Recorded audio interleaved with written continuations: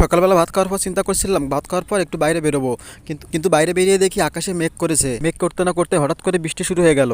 তারপর পেয়ারা গাছের নিচে দাঁড়িয়ে দাঁড়িয়ে চিন্তা করতে থাকলাম এখন কি করা যায়। তারপর হঠাৎ করে মাথায় এলো আমি 4টি গাছ লাগিয়েছিলাম বনসাই করার জন্য, আর একটি গাছের বয়স 2 বছর। সেই গাছটি আমি কেটে দিয়েছিলাম ডালপালা গজানোর জন্য। তারপর আমার চোখ চলে গেল পেয়ারা গাছের দিকে, দেখি পেয়ারা হয়েছে, কিন্তু পেয়ারা গাছে পেয়ারাতে অনেক পোক লাগতেছে। আর এই গাছটিতে 12 মাসে পেয়ারা ধরে থাকে। এরপর বৃষ্টি থেমে গেলে আমি আবারও রাস্তার দিকে চলে যাই। এরপর রাস্তায় এসে দেখি বৃষ্টি শেষে আকাশে রংধনু উঠেছে। রাস্তার পাশে আমাদের একটি বাগান ছিল, আর বাগানে গিয়ে দেখে অনেকগুলো ঝিঙে ধরেছে। আর এরপর আবারও সেই বৃষ্টি শুরু হয়ে যায়। এরপর বিকেলে আমি আবারও রাস্তায় বের হই। এরপর রাস্তার অবস্থা আর আকাশের অবস্থা ঠিক এরকমই দেখতে পাই।